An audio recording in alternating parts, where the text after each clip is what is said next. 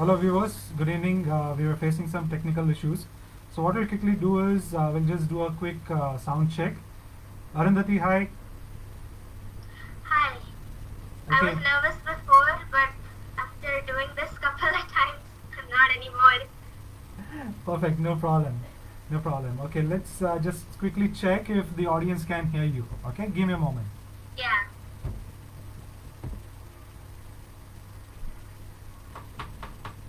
Yeah, it's okay.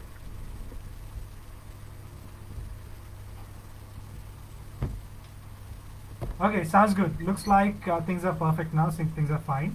And it's 7:45, so viewers, apologies for the technical inconvenience. And we are back, and I think we are good with the technical issues that we had. So we'll start our discussion today. So welcome back. I'm Amit Naikare from Team Simple Steps. On behalf of my entire team, I welcome you all to the first edition of India Aspires, the stories of young athletes which will surely inspire all of us. Simple Steps has been organizing events for kids across India for the last 5 years. It's for the age group of 2 to 15. The primary aim of all our activities is to inculcate the regime of fitness amongst the youth, amongst the kids, and also give them a sense of accomplishment. We are also associated with the Fit India movement. The present lockdown has given us a new horizon, India Aspires. And through India Aspires, it is our attempt to bring to limelight some of our young athletes around us who are doing exceptionally well in their chosen sport. And in doing so, we are certain that the stories of these young athletes will inspire all of us. So, in our fifth episode today, please welcome the athlete that we are going to interact with, Arundhati Zada. Arundhati, welcome. Hi, I'm ready. I'm Okay. Arundhati. Yeah, Arundhati, can you quickly give us a small introduction about yourself? Yes. I'm still 17 years old. I'm studying in 12th standard through NIOS, and I've been climbing for around 8 years right now. And I'm looking forward to interacting with all of you. Great. So, viewers, just for your information, Arundhati is a sports climber. She has represented India at the Asian Youth Championships in 2018 and 2019. She has also participated and won medals at the Indian National Championships. So, Arundhati, we know that sport climbing as such is a new sport for many of us. And at global level also, we understand that it is the first time this year in 2020 it was going to be inducted in the Tokyo Olympics for the first time, right? So, for us to get little bit aware about what this sport is, how it is played, can you just give us a quick understanding about it? Right. So, sports climbing has three disciplines, or three different categories, namely lead climbing, speed climbing, and bouldering. So, I'll just share a few pictures with you to make it more easier for you to understand. Sure. So, this is lead climbing. It is what all of you would um, know. All of you would call wall climbing. It's basically a 50 feet wall with different holds and a particular route that is set, and you have a harness and a rope tied to your waist, and the goal is basically to get to the top. Mm-hmm. Then there is speed climbing, where there are two identical routes set beside each other, and again here the goal is the person who gets to the top first basically wins. And Okay. these two routes are identical all over the world. It is, if you go to any other country, you will find the same route. Okay. That's what speed climbing is. Then we have bouldering, which is a wall that goes up to 10 to 12 feet. There are 6 dash mats, as you can see at the bottom. Yeah, just Can you see hold on. I them? think the screen is stuck. Just give us a moment. Alright. Yeah, go ahead.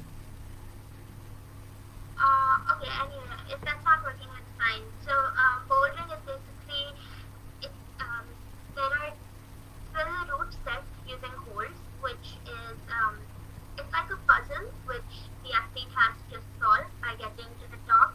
But in this discipline, the use of power and technique is much more, Mm-hmm. and so you really have to think about which move you're going to um, do in order to get to the next hold. Okay, okay. So as you mentioned, the sport climbing consists of three different types: the lead climbing, then the speed climbing, and the third one is bouldering. So, Yeah. in a typical competition, do you have to try all these three types, or one after the other, or how does it work? Alright, so in India, or if you participate in the Asian Youth Championships or any competitions like that, you can choose whether you want to compete in one, two, or all three. But the rule for Olympics now is if all the three are combined, so you have to participate in all three. Okay, okay, okay. And you mentioned that in the lead climbing, you have a rope and harness. Also, in the speed climbing, you have harness attached. But in case of bouldering, you don't have any support. No. Wow. Okay. So, what is the safety measure there? So you have like really thick crash pads at the bottom. Okay. So you basically just jump off the wall and land on the crash pad. And how high you require to go in case of bouldering? I think 12 feet is the highest bouldering wall that's been constructed. Okay. Okay. Okay. And I believe you go for competitions, right? So at different locations. So are these walls? You already mentioned that in case of speed climbing, it is a standard design. It's a standard structure, right?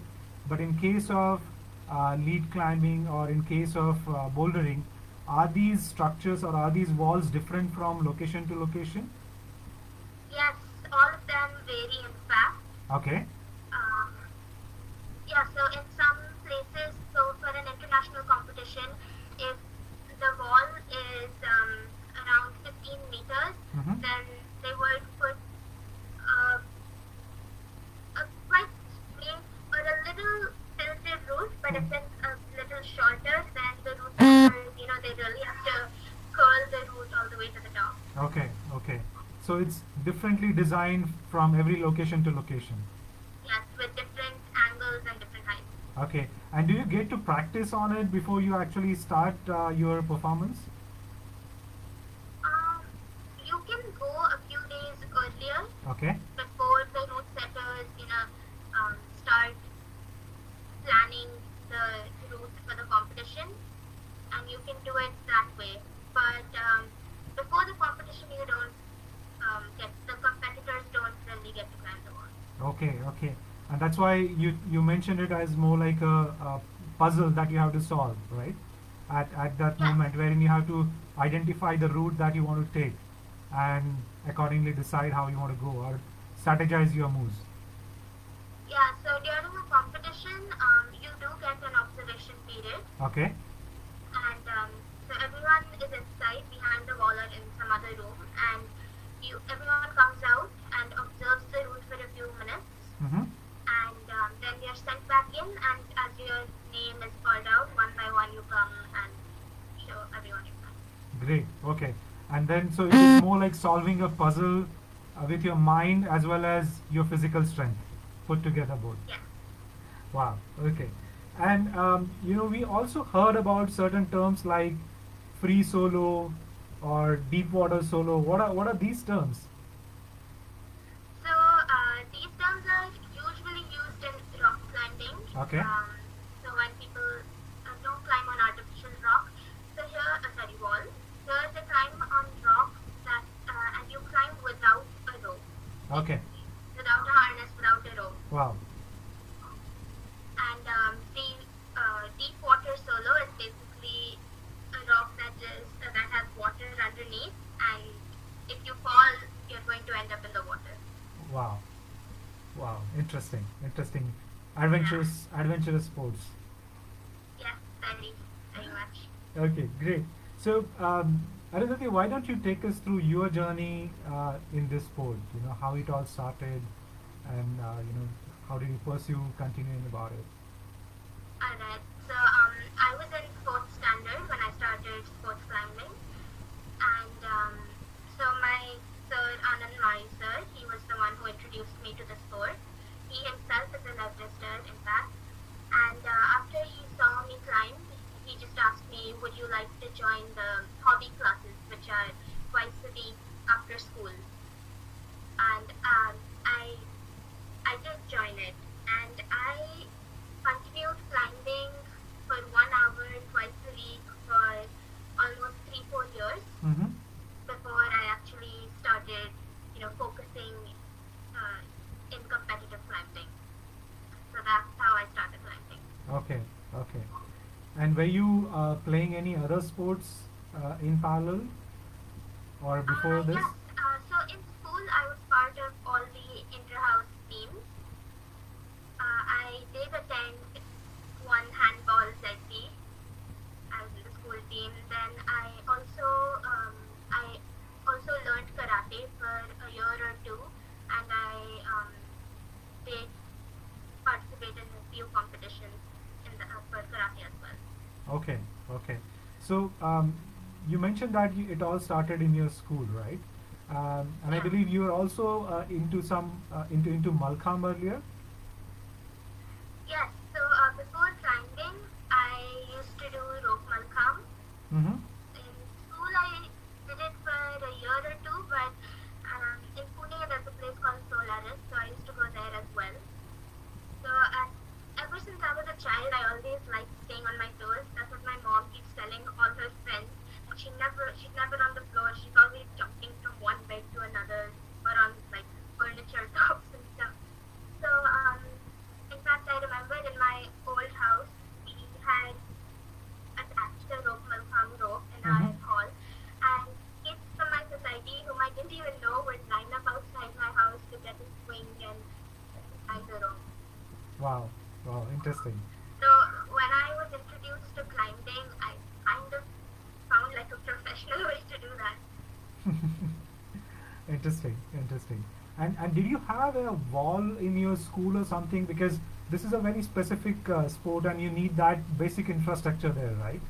So, did you have Yes, anything in so your school already for that? yeah, so we had a small 20 feet wall, Mm-hmm. but after more people started climbing and to encourage sports climbing, my principal Nalini Sengupta ma'am and the director Vivek Gupta sir, they constructed more walls, like they had more walls constructed, and now there are a total of four climbing walls in the school, and yeah, I'm really grateful to have been exposed to that infrastructure in school itself. Wow, that's nice to hear. Okay. So, Arundhati, why don't you tell us about some of your accomplishments or some of your achievements in this sport? No doubt, I just mentioned a few of them at the start, but it will be great to hear it, them from you. I think my biggest achievement, or something that I would always be proud of, is having the chance to be a part of the Indian team. Mm-hmm. There is no greater feeling than that, to share something with a few others or a few other athletes from all over India. I think, and just being exposed. Like I remember watching all the international climbers on my phone or on YouTube, but because I was able to participate in the international competitions, I actually got to see them in person, climb in person, and even though it was overwhelming, I was super excited to see that. So, and not just seeing others, but the entire experience that comes with being in the Indian team, the training hours, it's just exposed me to the world outside, and I think that is something I'd never forget. Great. Okay. So when did you represent India? Was it in 2018? Yes, so the first time I represented India was in 2018. So I had actually gotten selected to participate in the Asian Games in Jakarta, Indonesia. Mm-hmm. But due to some change in rules, I wasn't able to participate there. But I very quickly got the chance to participate in the Asian Youth Championships, which were held just a few months later in China. Okay. Okay. Okay. And apart from that, where all did you represent India? So I participated in only two international competitions as yet. Okay. In 2018, it was in China, and in 2019, which was last year, we had it in India for the first time in Okay. Bangalore. Okay. Okay. Great. And you as well represented at the national level, right? At for the state of Maharashtra, Yes, the West Zone. West Zone. Okay. Yeah. Okay. Great. So it comprises of six states. Okay. Okay. Okay. Great. Now it's interesting if you look at this sport and based on what you have just told us a while ago, right? You have to climb up, you have to solve the puzzles. Uh, so it's a combination of the mental strength as well as the physical strength. So if you look at the physical strength and based on whatever that we know, whatever that we have seen, you definitely require a lot of flexibility. You require a lot of core strength, right? So and again, it is basically strength across the entire body. So how do you actually uh, practice for it? How do you prepare yourself for this? What kind of exercises you do? So climbing makes you do these weird moves actually when you're on the wall. So flexibility is definitely a very important part of our training. We give a lot of importance to flexibility and mobility. But because it's a full body coordination sport, you have to use each and every muscle of your legs, your hands, and I think about core strength. You talk about any sport, core strength is the base. I think you need core strength in each and every sport. Right. So that is also we train. That is also something that we train a lot. Then obviously fingers. All the climbers have a tool called a fingerboard, Mm-hmm. which they use for training. So there are different exercises that you do on it, along with the campus board. It's basically to train the strength in your fingers. Then I think weighted pull-ups is something that we do a lot. Mm-hmm. These are the few exercises that all the climbers do. Okay. Okay. Okay. How does a typical day looks like for you? When you train yourself. Alright, so especially before nationals, a month before nationals, I would wake up in the morning at 4, be at Shivaji Nagar. That is where I trained, and also I want to mention the coaches over there, Amol sir, Mantu sir, and Irfan sir. They were behind. Due to them, I was able to drastically improve my performance. So at Shivaji Nagar, it takes about 45 minutes to get to there from my place. So I reach there at 5. I practice till 8:30, then go to school. I start school after the second period. And after school, from my bus stop, I wouldn't even go home. My mom would pick me up and take me back to Shivaji Nagar. And I train till 8:39, and I'd probably be back home at 9:30. Wow. I literally remember eating most of my meals in the car. That's great dedication. Wow. Wow. Okay. And but since you talked about having your meals in the car, how do you take care of your nutritional needs? Okay, so because climbing is a sport that is against gravity, having a leaner physique is obviously it acts as an advantage. So I do remember dieting for the longest time ever. I basically focus. So I've had quite a few dietitians now, and The main goal is to have more protein, and my carbs and fats were regulated accordingly. Okay, okay. So do you take help of any dietitian for this, a nutritionist for this? Yes, I'm currently I go to Maitri Cooking, who is Okay, a nutritionist. okay, okay, great. And now, how's the lockdown is treating you? How are you keeping yourself fit in the lockdown?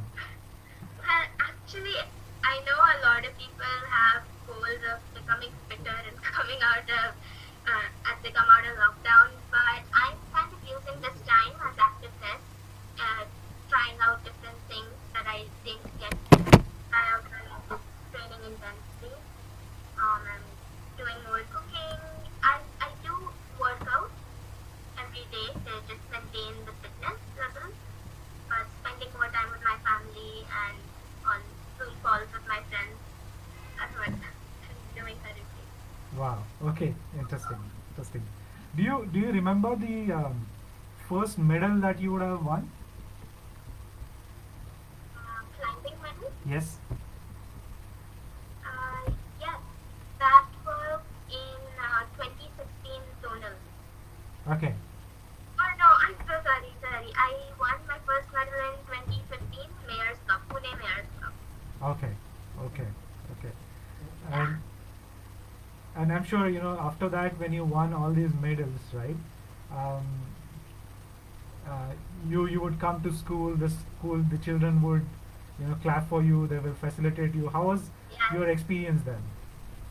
I was often called on the stage to share my experiences and talk about my competition. I think, to be honest, because of climbing and because I was called on stage so many times, I think I've become more confident in public speaking. I'm not even kidding. Okay, interesting. Yeah. Interesting. Okay. Any tournament, any competition that is memorable for you that you would like to share with us? I think definitely training for the Asian Games. Mm-hmm. That was the first time that I was away from home for a very long time. We Mm-hmm. had three training camps, almost a month long each. One was in Delhi, one was in Jamshedpur, and one was in Bangalore. Okay. Sorry, Bhubaneswar. Mm-hmm. Uh, yeah, so I did get homesick quite a lot. I remember calling my parents every day and every alternate day I would cry. And yeah, but I mean it's all part of the experience. And Wow. even though I didn't get to participate in the Asian Games, I still got to train with the best athletes in India and a lot to learn from them. Wow. So yeah, that was I think the most memorable Right. training camp that I had. So you have trained yourself in Pune for probably the local competitions or the nationals, right? That you participated, and you went for Yeah. these camps for the Asian Games for the first time, right? What difference did you find in the training that you did here versus the camps that you attended? I think the differences when you're at camp, the entire atmosphere changes. There's no school, there's no family. You're amongst people who are climbers. Uh, your nutrition is taken care of. There's no like at home. Even though I'm supposed to have eat whatever I'm supposed to, there's always like a piece of chocolate for my sister in the fridge that I have to, uh, you know, uh, get away from. Okay, So okay. So I'm sure it would have been a lot tougher over there, than the yes, practicing. definitely. The training hours were much more, Mm-hmm. and also I think a little sense of insecurity did arise within me because I was among so many climbers whose level was much higher than mine. Hmm. So just dealing with all of that, but also remembering that you're here to train yourself and to get better at your own performance is important. It's Interesting. worth it. Interesting. So you just mentioned that you kind of felt bit nervous there with all these climbers who are superior than you, right? And as a sport, if you Yeah. look at, right, I mean, based on what we just discussed, sport climbing is definitely a combination of your flexibility, physical strength, and the mental strength as well, right? So how do you attain this mental strength? What do you do to gain this mental strength so that you can be calm, composed, and confident when you're actually going there and performing?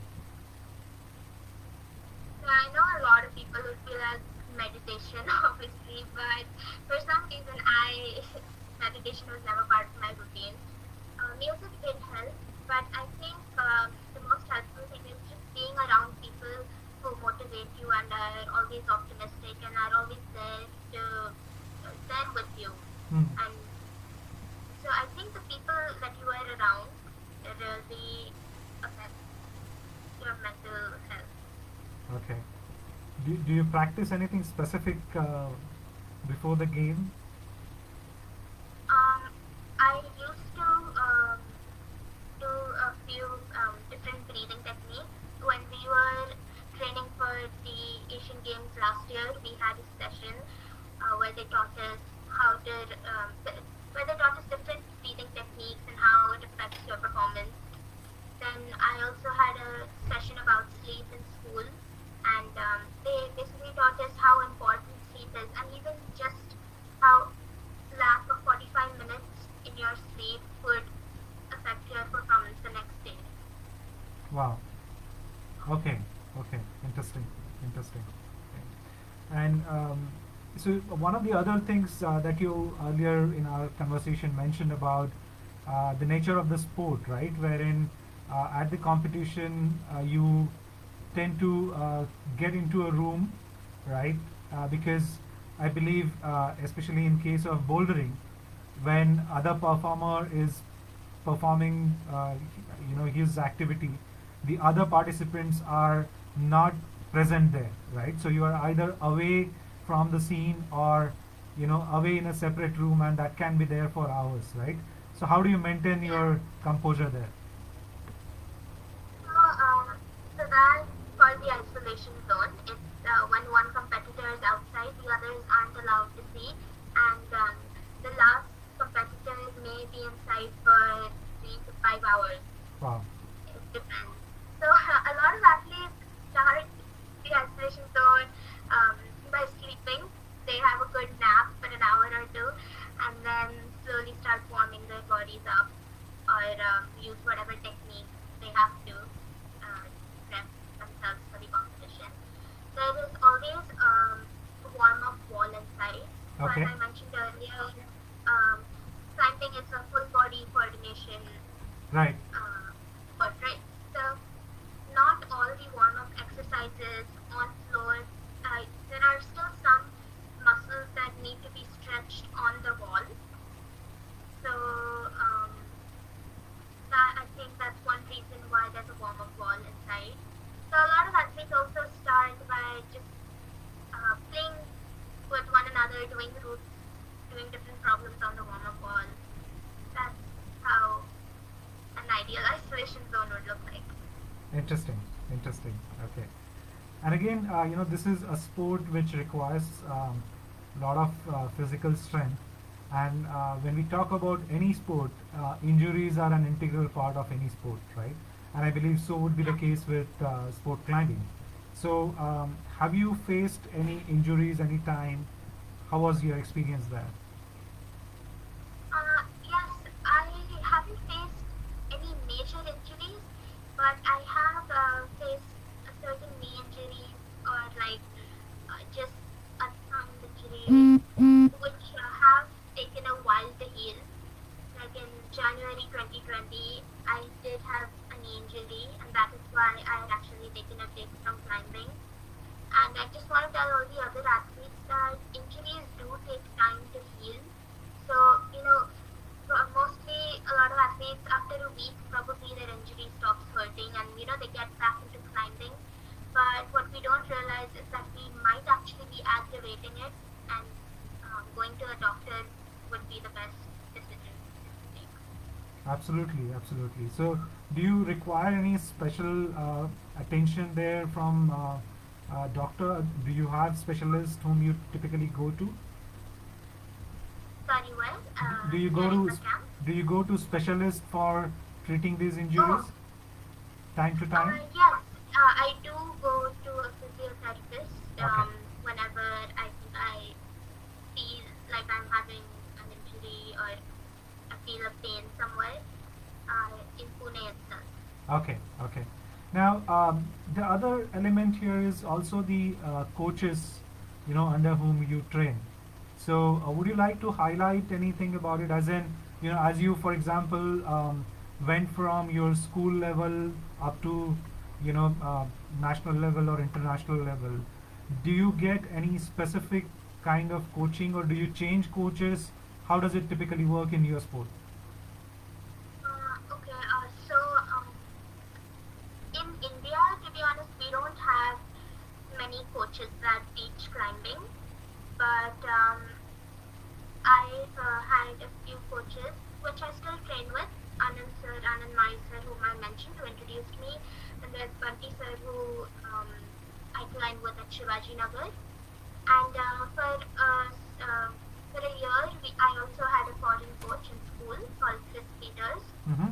Um, so he actually coached the Indian team in 2018 for a month or so for the Asian Games. And then last year, my school, Vidyavali, we invited him to coach us as well. Interesting. Okay. You mentioned Shivaji Nagar. So is that the Raja Shivaji wall climbing club? Yes, yes, Okay. that is. Okay. Okay. Have Okay. you been there? Yes. So that's why I was just keen to understand. Oh, Okay. yeah. Now, as a part of all your expeditions, competitions that you would be attending, I'm sure you would be traveling a lot, right? So, Yes. and you also mentioned about your experience of staying away from your family, right? So, any interesting, funny incidences that would have happened during your travel or maybe your stay away from your family? Uh, so in 2018, um, instead of having one zonals and one nationals, there was six open nationals. So I remember traveling every 2 months all over India, right from Srinagar to Bangalore. And obviously my parents didn't accompany me every time. I remember one time I was going to Jamshedpur with my climbing friends and two coaches, and there was some kind of miscommunication, and we thought our hotel was booked, but apparently, like when we went there, firstly we reached at 2 a.m. So we were the only ones stranded in Jamshedpur, a place that we none of us had ever been. All the shops were closed, shutters were down, and the hotel that we booked into, even the shutter of that was closed. So we we sat there, I don't know, for an hour or so, and then we started banging the shutter. Like everything was quiet, and only a few of us banging the shutter and asking them to open it. I think the guard inside had also fallen asleep, but soon after we got in. Also, another incident uh, back in 2015 that was definitely sad for me, but now that I look back, it's actually quite funny. In my zonals, I was the last one to come out in finals because I came first in semi-finals. So, and I was on the top of the wall, and there was a moth. It was hairy and it was disturbing for me. Even now it is.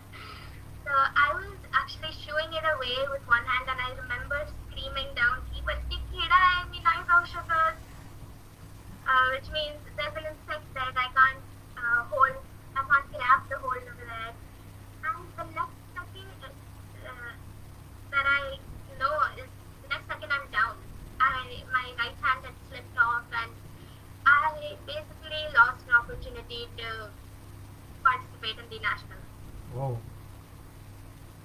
Wow.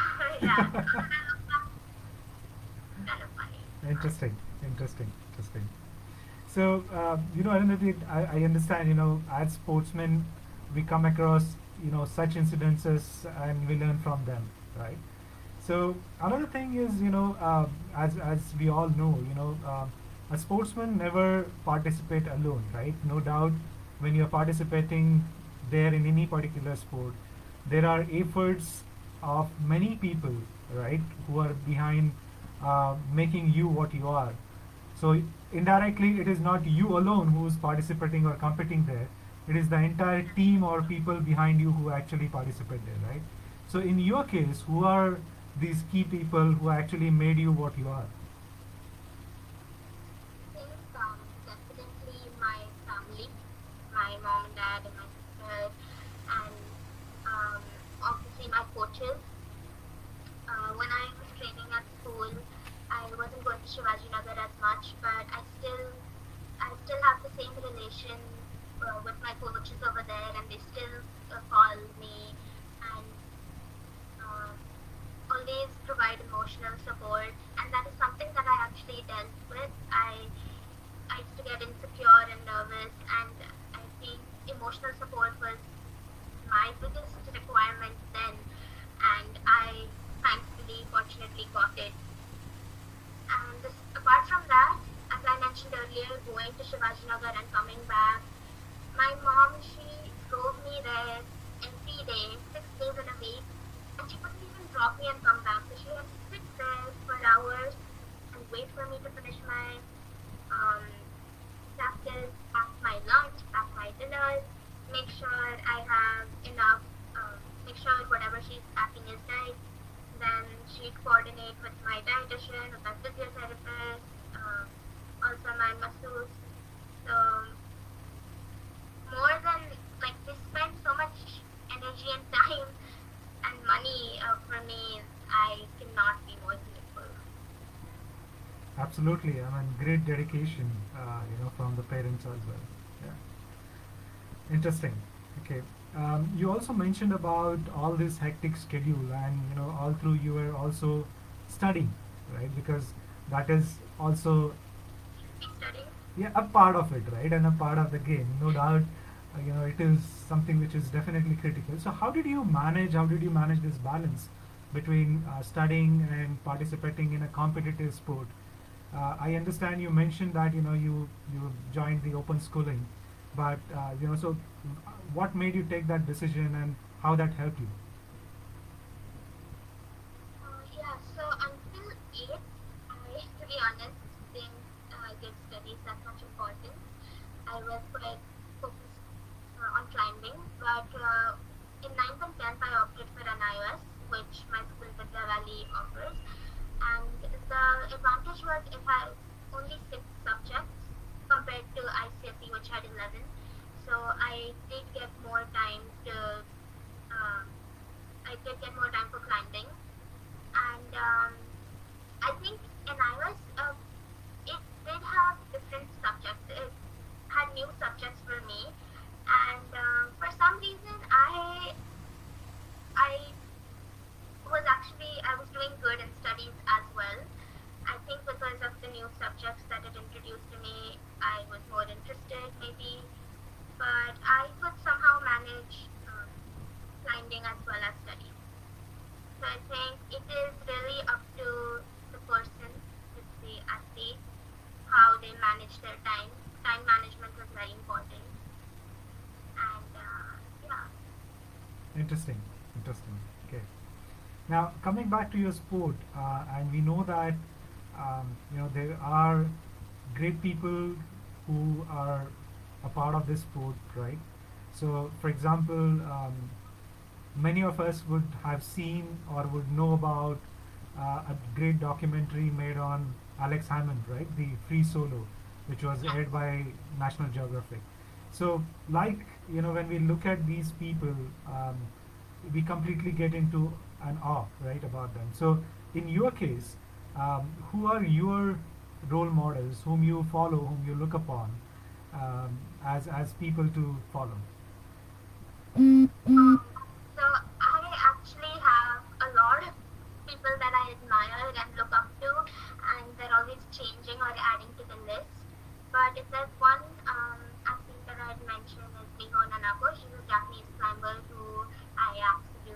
adores and admires.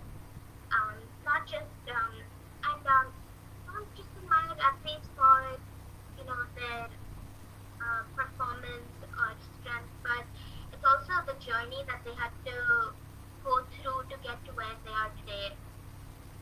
So yeah. Okay, okay. Since you mentioned about some of these international players and participants, what brings to my mind is if you look at a scenario about this sport in India, right, considering that it is relatively new, and having participated in international competitions, right, you would have seen the difference between the scenario in other countries or some of the developed countries and in India. So if you have to compare them or analyze them, how would you explain that? I mean, where do we stand internationally as a country? Um, so actually, as sports climbing was introduced in India quite late compared to the other countries, rock climbing was always there, but the artificial wall and sports climbing as a sport was quite late compared to the other countries. For example, Japan, they have around 100 climbing gyms in a city, whereas we have probably those many number of climbing walls in our entire country. Wow. And also the infrastructure that they have is way advanced than what we have in India. But I think now a lot of it is changing. Uh, Actually, sports climbing is not a sport that is recognized by the government. That's why there's not much funding for the sport. But I think over the years now that it's included in the Olympics, that will change. Let's hope for the best. Yeah. Good. Yes. Okay. On a lighter side, and something people at your age, and this is again more from not you or um, kids at your age, but essentially the parents who face this as a challenge, which is some of the distractions in achieving the goal that you have aimed for, and also you know so may it be friends or other things. So, and you already mentioned about the time management aspect, right? So how do you handle such distractions, whatever that you think are distractions? Are we talking about social media here? Well, it entirely depends on how you look at it, right? Because I know that there are kids who are greatly matured in terms of using social media. So that is probably one of the areas, but there are many more than that. Yeah, so I think being a professional athlete, you have to accept the sacrifices that you have to make, not being able to go for birthday parties or spending or having as much as a social life probably that your friends have. And there are some sacrifices that you have to make. And if we talk about social media, I think uh, the fact that it is a distraction is not entirely false, but I also feel that because of social media, you're exposed to the world outside and you get to follow and watch your role models train and how they're managing their time, what they're eating. Um, and for me, I think it was just a larger platform for me to not only learn about things but also share my experiences as a sports person. And especially sports climbing that is not as famous in India. I think, at least for the people who follow me, now know that yes, there is a sport like this. So even one individual can increase the awareness of the sport, Right. which I think is very important, at least in India. That's a very positive way of looking at it, and I think a great learning for many of us here. Great. So Arundhati, when you are not practicing your sport, right? When you're not climbing, or when you're not practicing, or when you're not studying, what is it that you would be doing? What are your hobbies? What do you do? So I do enjoy cooking. Okay. Before climbing, actually, I used to cook a lot. But because of training all of that had gone away, but now because of lockdown, I finally getting to do all of that again. And another hobby that I enjoy is dancing. So even like when I feel stressed or pressured due to climbing or anything else, I think dancing was always a way for me to relieve my stress. And yeah, at the moment, I think I just watch quite a few drama series and usual. Okay, okay, great. What's your goal, in long-term Saramati? As for climbing, I don't know what the future holds for me. Let's see where I go. Um, haven't, I don't have any, like, as of yet, not a very specific goal. Or rather, I had, but now, I think goals keep changing for everyone. Yeah, And I'm in a phase where I'm a little confused, and I think just with time, I can rediscover my goal and focus on that. okay, okay, great. And beyond climbing, anything that you have thought about?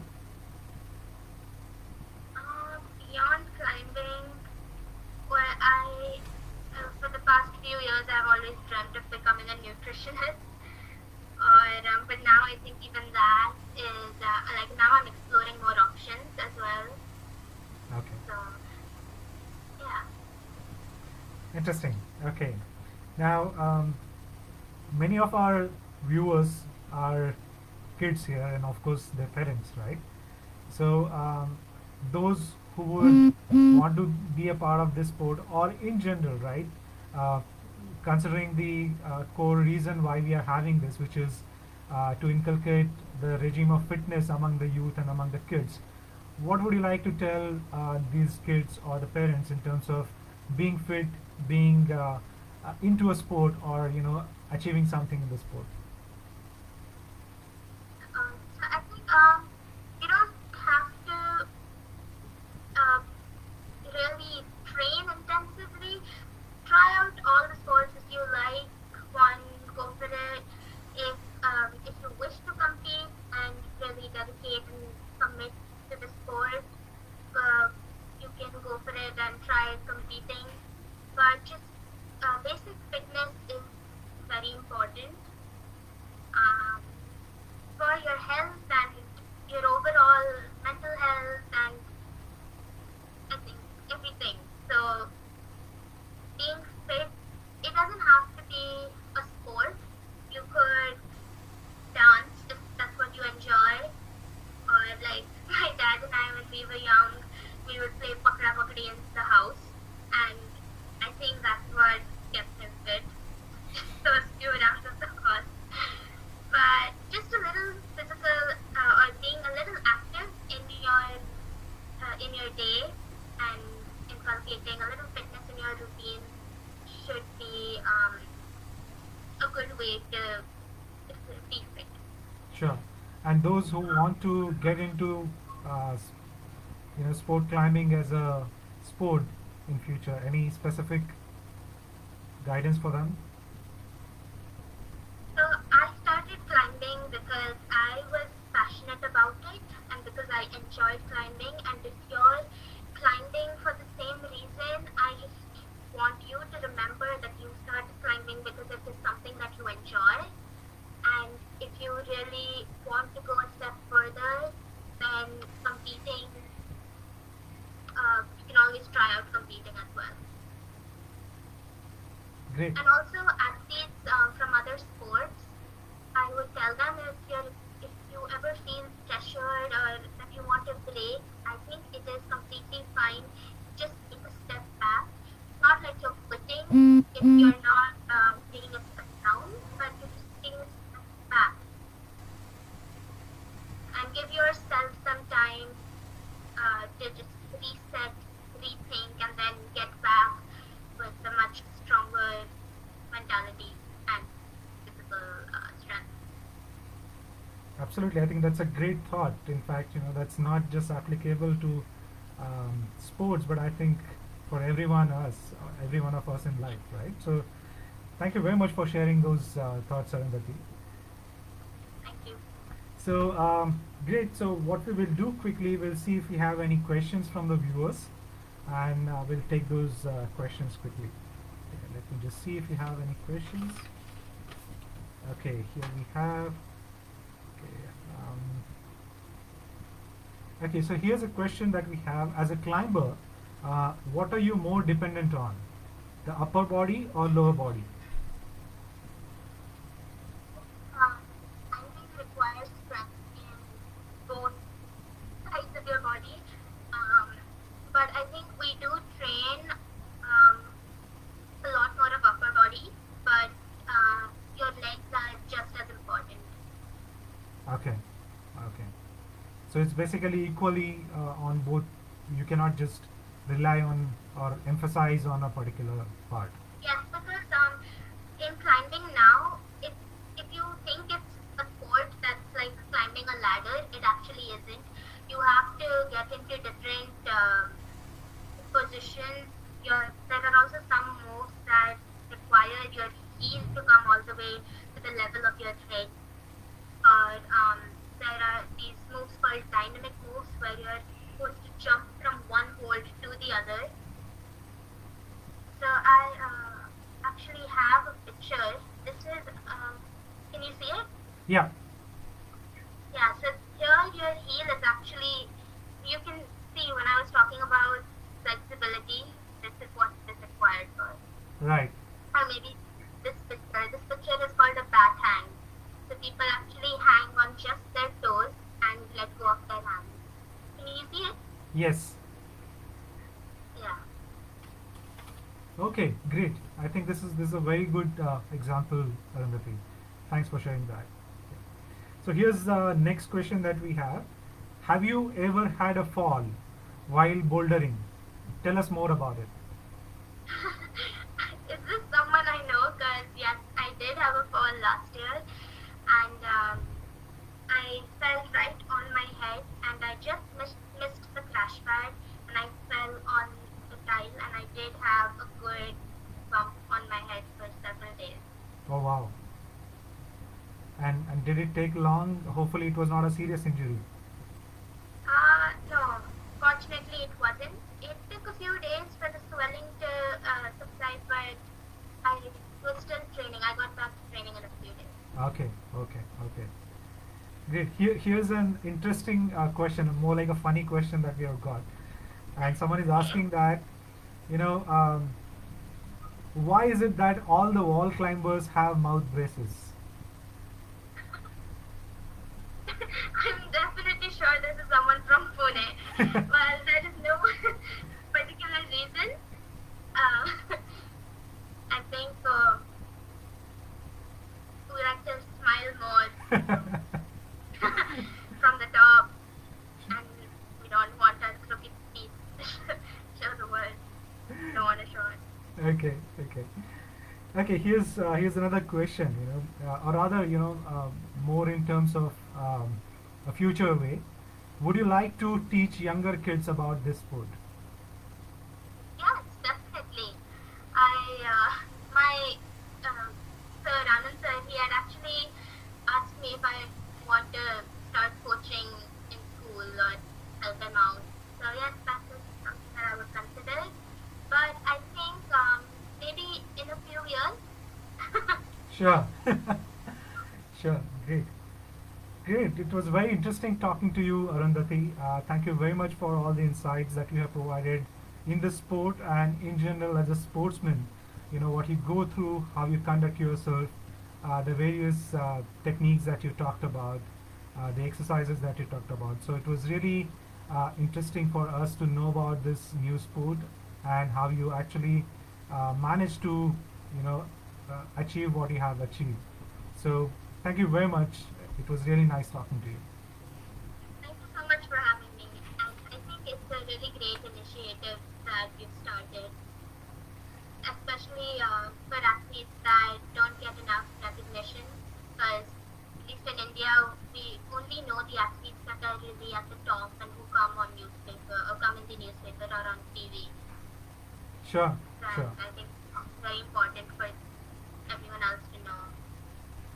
Absolutely. In fact, that is the intent behind this initiative that we are having here. Great. Sorry? So, Oh, thank you, Arundhati. yeah, I got you. Yeah. Friends, we would be coming up with more interviews, as you know, with newer athletes every Wednesday and Saturday at 7 in the evening. So do log in and view these newer videos and new athletes. Get some inspiration for them from them, like we had today with from Arundhati.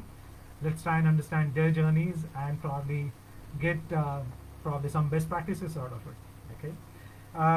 So thank you very much for joining us. Our next session is going to be on 17th of June at 7 in the evening. And before we sign off, just wanted to highlight another activity that we are doing at Simple Steps. So there is a longest plank challenge that we have organized, which is going to take place on 28th of June at your own house, own place. So do visit Simple Steps Facebook page and get more information about it, and do register yourself there. Okay. So until we see you again on 17th June, stay safe and take care. So signing off on behalf of Simple Steps team. Good night. Thank you.